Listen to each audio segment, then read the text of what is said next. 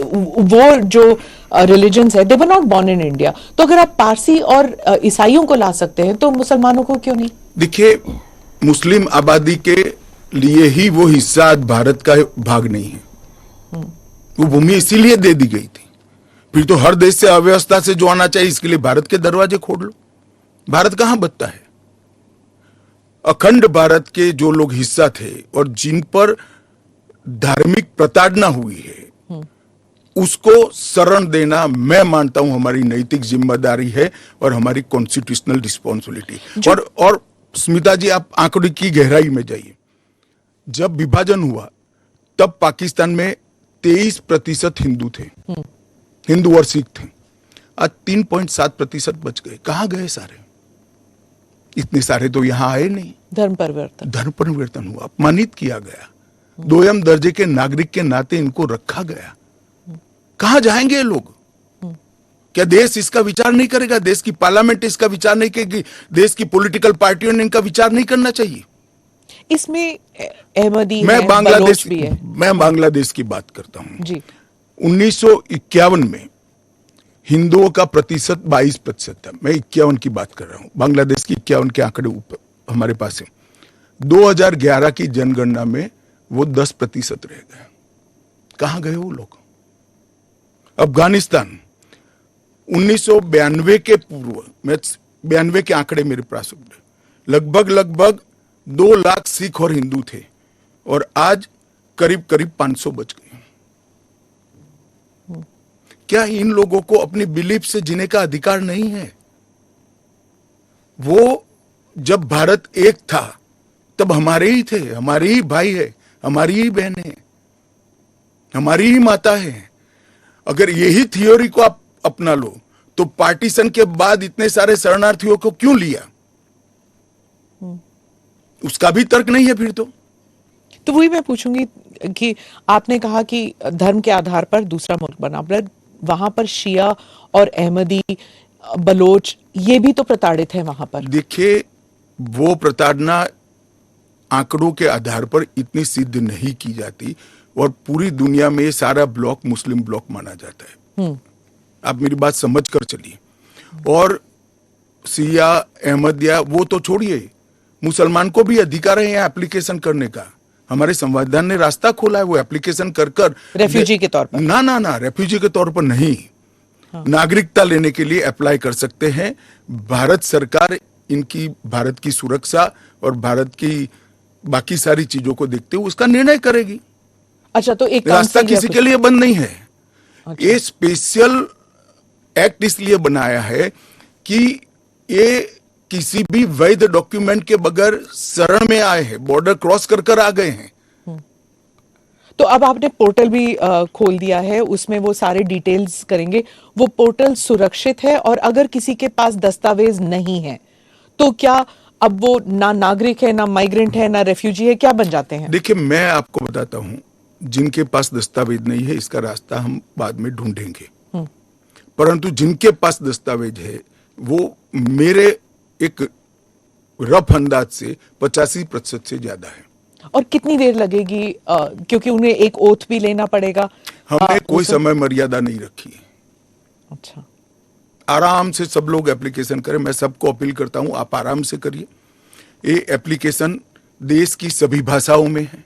आपकी भाषा में आप डाउनलोड कर सकते हो, एप्लीकेशन कर सकते हो और आपकी समय की अनुकूलता से भारत सरकार आपको इंटरव्यू के लिए बुलाएगी और डॉक्यूमेंट की ऑडिट के लिए बुलाएगी। और वो फेस टू फेस इंटरव्यू होगा या फिर फेस टू फेस होगा? Face to face. Original document लेकर आना पड़ेगा। और अगर वो सेकंड जनरेशन रेफ्यूजीज है, मतलब अगर उनके बच्चे हो गए हिंदुस्तान में, 15 अगस्त 1947 से लेकर 31 दिसंबर 2014 तक जो भी आए हैं वो और उनके बच्चों का भारत में स्वागत है।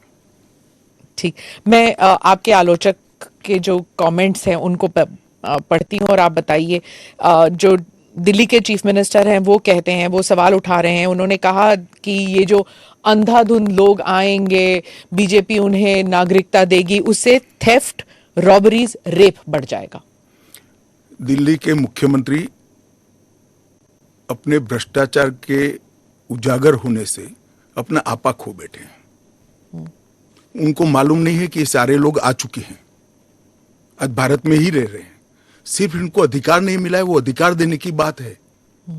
2014 तक जो आ गए इनको नागरिकता देनी है, और इतनी ही चिंता है तो वो क्यों बांग्लादेशी घुसपैठियों की बात नहीं करते हैं, रोहिंग्यास का विरोध क्यों नहीं करते हैं? क्योंकि वो वोट बैंक की पॉलिटिक्स कर रहे हैं। दिल्ली के चुनाव उनके लिए लोहे के चने चबाने जैसे हैं, इसलिए वोट बैंक की पॉलिटिक्स कर रहे हैं। नौकरी का कहां सवाल है, वो ऑलरेडी यहां है, और बांग्लादेशी नौकरी का अधिकार नहीं मार रहे हैं क्या? रोहिंग्यास नहीं मार रहे हैं? इनके लिए तो आप कभी नहीं बोले भाई। सिर्फ जो हिंदू शरणार्थी आए हैं, जो बौद्ध शरणार्थी आए, जो जैन, पारसी और क्रिश्चियन शरणार्थी, इसी का विरोध कर रहे हैं। वो यही कह रहे हैं कि आप अपने नागरिकों को नौकरी नहीं दे पा रहे हैं और इनको आप स्मिता जी वो पार्टीशन के बैकग्राउंड को भूल गई हैं। शायद उनको जो निराश्रित आए थे, जो रेफ्यूजीज आए थे, इनके परिवार के साथ एक चाय पीनी चाहिए। अरबों खरबों रुपए की संपत्ति छोड़कर रेफ्यूजी बनकर यहां आए थे, दिल्ली के बाजार में सब्जियों की दुकान लगाई थी। मोदी जी ने विभाजन की विभीषिका का दिन मनाकर उसको हिस्ट्री का हिस्सा बनाया है। इन लोगों के मन में संवेदना नहीं है, वो समझते नहीं है वहां धर्म के आधार पर इनके परिवार की महिलाओं का गौरव छीना जाए, अपमानित किया जाए, क्या करेंगे वो? इनकी वेदना हम भी नहीं सुनेंगे। 50 में आ गए, 60 में आ गए, 70 में आ गए, 80 में आ गए, आज भी नागरिकता नहीं है। बच्चों को अस्पताल में दाखला नहीं मिलता है, ढंग की नौकरी नहीं मिलती है, छुट नौकरी करते हैं, अपने नाम से प्रॉपर्टी नहीं ले सकते हैं, मतदान नहीं कर सकते हैं। क्यों? क्या गुनाह है उनका? विभाजन का फैसला उन्होंने नहीं किया था, कांग्रेस पार्टी ने किया था, और उस वक्त सब ने कहा था कि जो आएंगे उसको हम नागरिकता देंगे। अब अपने वादे से मुकर जाना, मैं मानता हूं कि हमें तो कम से कम मंजूर नहीं है। इनकी संवेदनाओं को भारतीय जनता पार्टी भी महसूस करती है, इस देश के प्रधानमंत्री भी महसूस करते हैं, और हम मानते हैं कि इनकी ये 75 साल की वेदनाओं का अंत कभी न कभी आना चाहिए, और ये चुनाव के पहले आ जाए वो ठीक है। ममता बनर्जी पे आती हूँ। चीफ मिनिस्टर ने कहा है कि बीजेपी जो है ये हिंदू मुसलमान का खेल कर रहे हैं, और उन्होंने ऑडियंस को कहा कि आपकी प्रॉपर्टियां छिन जाएंगी, आपके बच्चों का एजुकेशन खत्म हो जाएगा, आपको डिटेंशन कैंप में भेज दिया जाएगा, और डिटेंशन कैंप ऑलरेडी हैं। तो ये सीए के जरिए 15 से लेके 20 लाख लोगों की सिटीजनशिप छीन ली जाएगी। देखिए, मैं ममता जी को करबद्ध निवेदन आपके इस कार्यक्रम के माध्यम से करना चाहता हूं। पॉलिटिक्स करने के हजारों मंच है, प्लीज बांग्लादेश से आए हुए बंगाली हिंदुओं का हित मत करिए। आप खुद बंगाली हैं, बांग्लादेश से जो बंगाली हिंदू आए हैं इनको नागरिकता देने के लिए एक कानून है। ममता जी को मैं खुली चुनौती देता हूं, इस कानून की धारा में से किसी की नागरिकता छीनने की एक धारा वो बता दे सार्वजनिक रूप से। वो खौफ पैदा कर रही है, हिंदू और मुसलमानों के बीच में विखवाद कराना चाहती है, अपनी वोट बैंक का कंसोलिडेशन करना चाहती है। ममता जी, इसको मत रोकिए, करने जैसा काम है घुसपैठ रोकिए। नहीं रोक रही है वो नहीं कर रही, आप हमें कोऑपरेट नहीं कर रही।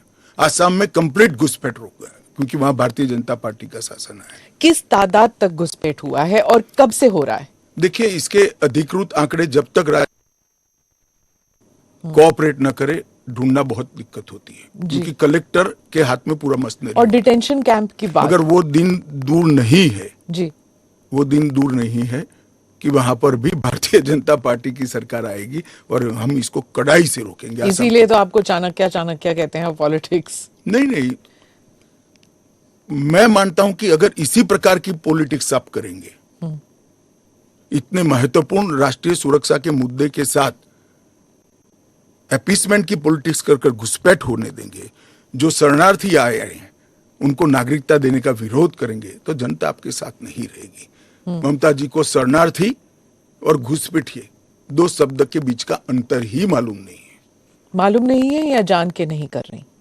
अब मैं तो जो बोलती है वो सच मानता हूं, इसलिए कह रहा हूं मालूम नहीं है। डिटेंशन कैंप के बारे में बताइए, इसके बारे में बहुत गलतफहमी आ रही है। ऐसा है, आप स्मिता जी इतनी जागरूक पत्रकार है, देश की जानी मानी पत्रकार है, आप भी स्वयं एक बार सीएए को पढ़ लेती, इसके रूल्स को पढ़ लेती तो मालूम पड़ता इसमें डिटेंशन कोई कैंप की प्रोविजन ही नहीं। जो इलीगल माइग्रेंट्स हैं, अगर उनके पास कोई दस्तावेज नहीं है, उन्हें वापस अपने देश भेजने से पहले उन्हें डिटेंशन कैंप में रखा जाता है। ये आपने डिटेंशन एरिया में, जेल में नहीं डाल सकते, ये आपने 2019 में मुझे समझाया था एक इंटरव्यू में। सीएए में डिटेंशन कैंप नहीं है। इसी को लेकर मैं सवाल पूछ रही हूं कि अगर सीएए के तहत वो लोग नहीं आते तो वो कहां जाएंगे, क्या होगा उनका? नहीं, उनकी व्यवस्था होगी ना। 100 लोगों का प्रॉब्लम है तो उसमें से 85 का तो अभी क्लियर हो रहा है, बाकी का आगे सोचेंगे। तो कितने लोग होंगे आपके हिसाब से? लाखों में, करोड़ों में, हजारों में, कैसे, कितने लोग हैं? देखिए, ढेर सारे लोग हैं, इसकी कोई गिनती नहीं है। वो जब एप्लीकेशन आएगी और बहुत सारे लोग, ये जो मिस कैंपेन चल रहा है, अपप्रचार चल रहा है, इसके कारण शायद एप्लीकेशन करते हुए भी डरेंगे। मैं सबको आश्वस्त करना चाहता हूं, आप यहां पर अप्लाई कर दीजिए, नरेंद्र मोदी गवर्नमेंट पर भरोसा रखिए, आपको रिट्रोस्पेक्टिव इफेक्ट से सिटीजनशिप दी जाएगी। आपका अवैध तरीके से भारत में आना इस शरणार्थी के रूप में आपको स्वीकृति ये कानून दे रहा है, इसका कोई क्रिमिनल केस आप पर होगा नहीं और आपकी भारत में की हुई सारी एक्टिविटी को भी वैधता प्रदान की जाएगी। तो किसी को डरने की जरूरत नहीं है। उनके पास एक्स्ट्रा राइट्स होंगे या इक्वल राइट्स होंगे या कम राइट्स होंगे? इक्वल राइट होंगे, वो भारत के नागरिक माने जाएंगे। मेरा और आपके जितना ही अधिकार उनका होगा।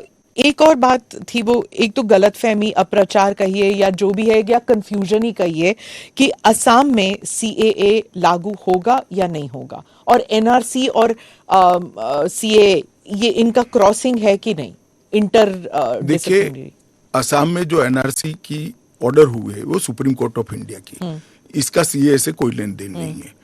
आसाम नहीं, देश के हर हिस्से में सीएए लागू होगा।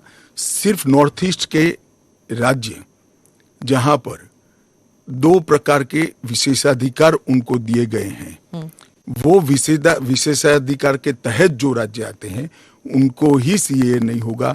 एक इनर लाइन परमिट का प्रोविजन है और संविधान की 6ठी अनुसूची में शामिल जनजातीय क्षेत्र है। हाँ, वो जो 6 शेड्यूल में वो असम के कुछ, जम्मू कश्मीर के कुछ इलाके, राजस्थान के कुछ इलाके, हिमाचल के कुछ इलाके आते हैं उसमें, वहां नहीं लागू होगा, बाकी सब जगह लागू होगा। पर लोग नहीं जानते ना, क्योंकि कुछ साल वो यहाँ हैं, कुछ साल, और जो ट्राइबल इलाके हैं उनका जो कॉम्पोजिशन है वो बदलेगा नहीं सीए की वजह से? जरा भी नहीं बदलेगा।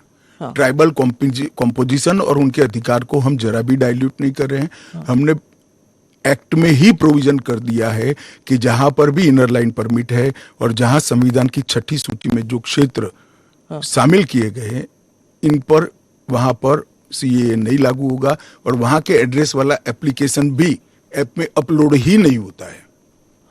तो लागू होने का सवाल ही नहीं आता है। और एक्ट में ही प्रोविजन है, मगर हमने एप्लीकेशन में भी वो एरिया को एक्सक्लूड कर दिया है। कोई अप्लाई करेगा भी वो वहां से तो नहीं, ऐप ही नहीं खुलेगा। पर वो कहीं और जाके अप्लाई कर सकता है ना? तो वो भारत के नागरिक तो बन ही सकते हैं। हाँ, अच्छा, ओके। वो संविधान की 6ठी अनुसूची में सुरक्षित क्षेत्रों के नागरिक नहीं बन सकते। इनर लाइन परमिट से सुरक्षित क्षेत्रों के नागरिक नहीं बन सकते, वो भारत के नागरिक बन ही सकते हैं। आपने कहा हर जगह लागू होगा। केरल, तमिलनाडु, पश्चिम बंगाल, इन तीनों राज्यों ने कहा है कि हम यहां पर लागू नहीं होने देंगे। क्या उनके पास ये अधिकार है कि वो लागू नहीं करने देंगे?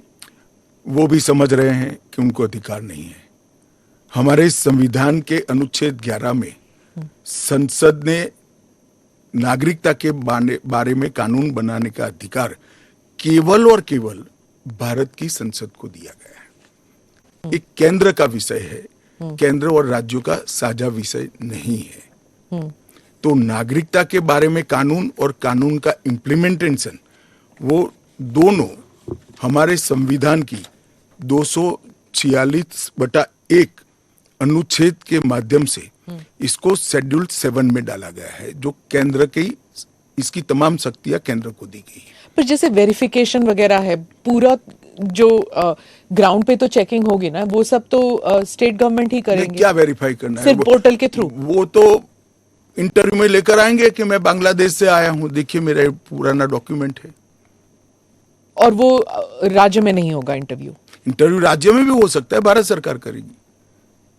तो कोऑपरेशन की जरूरत नहीं है, क्योंकि ये करना ही होगा। मैं मानता हूं चुनाव के बाद सब कोऑपरेट करेंगे। ये पॉलिटिक्स के लिए गलत प्रचार कर रहे हैं, अपीसमेंट की पॉलिटिक्स। और क्या यहाँ मतलब बांग्लादेश, अफगानिस्तान, पाकिस्तान के जो शरणार्थी हैं, क्या वो तमिलनाडु में गए हैं? वहां पर मतलब स्टालिन इसको इतना बड़ा भाई मैं इशू कोई बना- पॉसिबिलिटी छोड़ना नहीं चाहता। हाँ। एक भी है तो उसको नागरिकता देंगे।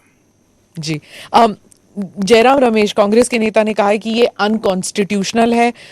शशि थरूर कहते हैं कि अगर कांग्रेस जीत जाती है इलेक्शन या इंडिया अलायंस जीत जाती है तो ये सीएए को रिपील कर दिया जाएगा। क्या कहेंगे आप? देखिए, उनको भी मालूम है कि इंडिया अलायंस सत्ता में नहीं आना है। मैं आज आपके चैनल पर कहना चाहता हूं, सीए के कानून को भारतीय जनता पार्टी की सरकार लाई है, नरेंद्र मोदी सरकार लाई है। इसको रिपील करना असंभव है। हम पूरे देश को जागरूक करेंगे और रिपील करने वालों को कहीं पर स्थान ही न मिले, इसी स्थिति होगी। और जहां तक असंवैधानिक होने का सवाल है, वो आर्टिकल अनुच्छेद 14 का हवाला देते हैं